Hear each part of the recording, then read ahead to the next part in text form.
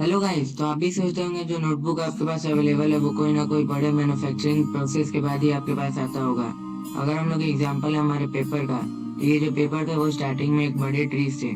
फिर हम लोगों ने इन बड़े ट्रीज को काटा और काट के जो इनके वुड पल्प निकले, उन्हीं वुड पल्प को हम लोगों ने डिफरेंट केमिकल प्रोसेस से ले जाया गया और तभी ये हमारे पास ऐसा नोटबुक अवेलेबल हुए जो हमारे मार्केट में भी अवेलेबल है।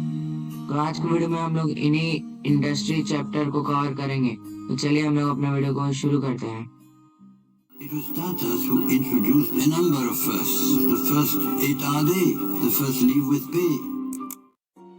तो हमारा सबसे पहला टॉपिक होने वाला है सेकेंडरी एक्टिविटी या मैन्युफैक्चरिंग। तो ये दोनों प्रोसेस हैं वो कोई भी रॉ मटेरियल को वैसे प्रोडक्ट्स में कन्वर्ट करते हैं जो कि हमारे ह्यूमन बींग्स के लिए मोर वैल्यूएबल होता है।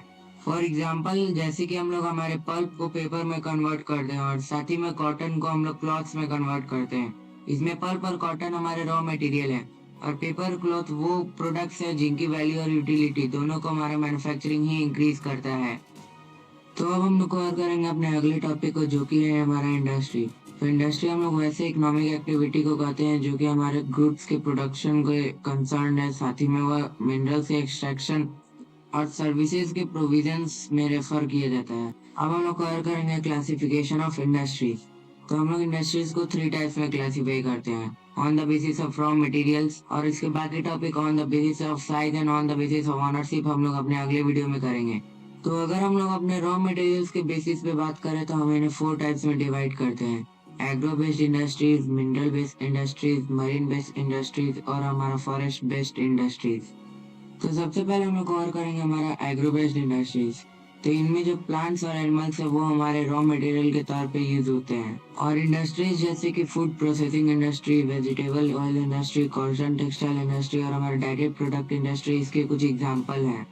तो ये था हमारे एग्रो बेस्ड इंडस्ट्री टॉपिक। अब हम लोग अपने नेक्स्ट टॉपिक को कवर करेंगे जो कि मिनरल बेस्ड इंडस्ट्री। तो इसमें मिनरल ओर्स जो है वो रॉ मटेरियल के तौर पे यूज होते हैं। तो इन इंडस्ट्रीज के जो प्रोडक्ट्स हैं वो दूसरे इंडस्ट्रीज को फीड कराते हैं, मतलब इनके जो प्रोडक्ट्स हैं वो दूसरे इंडस्ट्रीज के रॉ मटेरियल के तौर पे यूज होते हैं। अगर हम लोग एग्जाम्पल है हमारे आयरन का, हम लोग जानते हैं कि आयरन जो है वो आयरन ओर से बनता है, और हमारा यही आयरन का जो प्रोडक्ट है वो दूसरे चीजों के मैन्युफैक्चरिंग में भी मदद करता है, जैसे कि हमारा हेवी मशीनरी, बिल्डिंग मटेरियल्स और रेलवे कोचेस। तो ये था हमारा मिनरल बेस्ड इंडस्ट्रीज। अब हम लोग कवर करेंगे मरीन बेस्ड इंडस्ट्रीज को। तो इसमें सी प्रोडक्ट्स और ओशन प्रोडक्ट्स जो है वो रॉ मटेरियल के तौर पे यूज होते हैं। अब इंडस्ट्रीज जो कि सी फूड और फिश ऑयल की मैन्युफैक्चरिंग में इन्वॉल्व रहते हैं वो इस टाइप के इंडस्ट्रीज के एग्जाम्पल हो जाते हैं। तो अब हम लोग कवर करेंगे फॉरेस्ट बेस्ड इंडस्ट्रीज को। इसमें जो फॉरेस्ट के प्रोड्यूस है, मतलब उसके जो प्रोडक्ट्स हैं वो इसके रॉ मटेरियल्स होते हैं। अब मेडिसिन, फर्नीचर और बिल्डिंग को जो हमारे इंडस्ट्रीज मैन्युफैक्चर करते हैं वो इस टाइप के इंडस्ट्रीज के एग्जाम्पल हो जाएंगे। तो गाइस हमारे आज की वीडियो के लिए बस इतना है और उम्मीद है आपको आज की वीडियो इन्फॉर्मेशनल लगी होगी। Thank you for watching.